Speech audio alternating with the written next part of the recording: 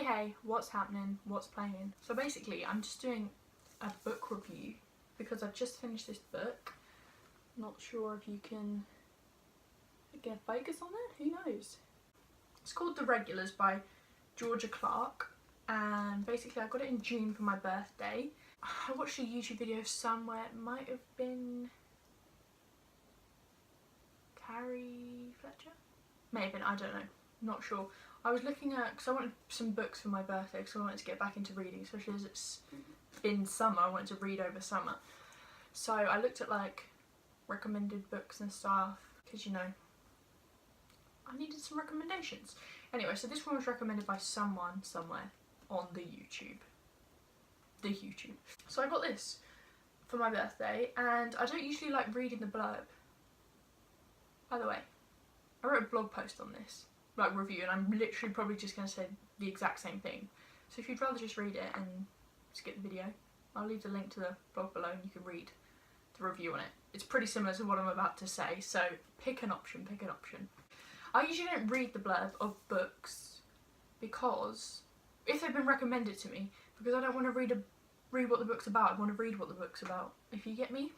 I only read the blurb if I was going to buy the book in the shop and I need to know a little bit, like, am I going to even enjoy it? Then I'd read the blurb, but for a book that's been recommended to me, I don't want to ruin the story by reading the blurb, so I didn't read the blurb. I just got involved. I tried to specifically not read the blurb, so I just read it. And it started off all good in the hood. All good in the hood? What?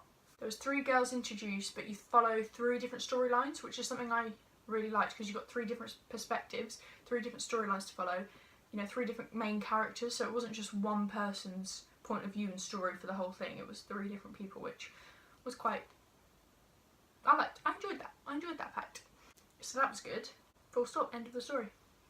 Go home. So basically, it started off quite good. I was like, all 3 characters, one of them, like, this isn't an important fact or anything, but it basically, the main character is a lesbian, and she is like a feminist, so it's like, it's not your classic like love story, man meets woman, whatever. It's not all in your face like that. It's about that, and it's clearly about feminism and how we see ourselves, and as it says on the front, what would you do to feel pretty? That is what it's about, and that's like the message in the book, like how girls see yourself, and how if you're prettier, how life might be different for you, or how you might think life would be different for you if you were prettier. And this is where the element is where I was a bit like, what? Because I got to the part in the story, which I don't think I'm giving it away because it is on the blurb, where there was like a fantasy element introduced. Not a fantasy, but like a fate, like this potion is introduced basically. And as soon as I read that, I was like, right, what? I don't really like fantasy, even though I like fiction. I only read fiction books really, which isn't real, I know, but it's sort of, I don't know how it's possible in a way, whereas the potion thing, I don't sort of like dragons or fantasy or anything that's not sort of possible, if you get me. I don't, you know, I don't like mystical potions and things, I just don't like that, I just like the classic, I don't know. So when that came in, I was thinking, oh, I'm not gonna like this now, it's ruined for me because it can't be real, sort of thing. But I kept going because I was already involved. It was it might have been a couple of, maybe it's 1 chapter in, I don't know. It felt like I was already involved in the book though. Already, you know, knew the characters and stuff, so I was like, okay, I'll give it a try. And then if it goes completely down this like mystical route, then it's a no from me. But it didn't. That was the only sort of element of it, this one potion thing, which is the main feature but also is in the background, so it's still mostly about the stories of the 3 characters. I don't know, it's not all that line. So if you're like me and you don't really like fantasy or whatever, you can cope with that aspect, but that was an aspect. So if you're completely against, like, not against it, but if you're completely just not interested in that, then probably not for you. But I managed it, and I don't like that sort of thing. I don't like, I mean, don't kill me, I don't really like the Harry Potter things, the sort of fantasy wands and wizards and dragons, and you know, I don't, even though I like Twilight, and that's werewolves and vampires, so I don't know. But I got over it and I read it, and I mean, the message is good. The storyline overall, the message is good. You know, this whole how girls see themselves, or men, how anybody sees themselves. To be fair, you get to the point where you're just like, you do just want to know what happens. You want to know. You can't put the book down, but you can't just be like, right, I'll just stop reading it, because then there's 3 different stories you're following. So even if you don't like one, maybe sometimes in a book you don't like the main character, then you're just like, well, I didn't really enjoy the book, so I didn't like the main character. But you've got 3 options. Like, there's 3 main characters, 3 different stories, 3 perspectives. So if you don't like one of them, you can still be interested in the other 2 stories and the other 2 characters. So you can keep pushing through. Like I said in my blog post, I just put a little FYI at the end. It's a bit graphic. It's a bit, there's certain moments where it's a bit 50 Shades. There's just like a few pages where it's a bit like, okay, we're going that much detail about some scenes, some raunchy scenes in it. But it's not, the whole book isn't, it's not like 50 Shades. It's not like a whole book of, not that I've read 50 Shades. It's not like a whole book of, you know, raunchiness. It's just, there's just a little bit in there, but there is some in there. So I'd say, like, you know, if you're under 16, it's a bit graphic for you. For you, even though when I was under 16, would I be able to handle it? I mean, I'd be able to handle it, but it's just a bit much. Do you know what I mean? It's just one of those where it's just a bit,